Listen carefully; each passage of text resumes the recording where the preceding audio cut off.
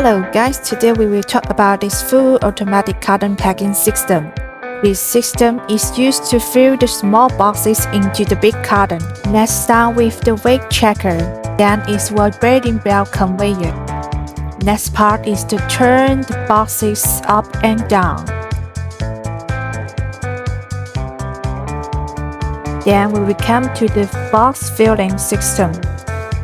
It will fill the small boxes into the carton automatically.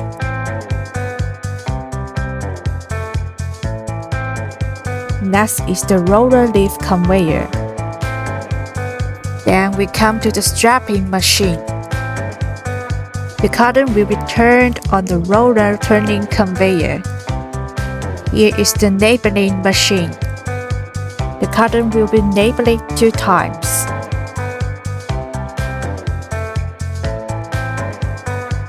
Again is the strapping machine.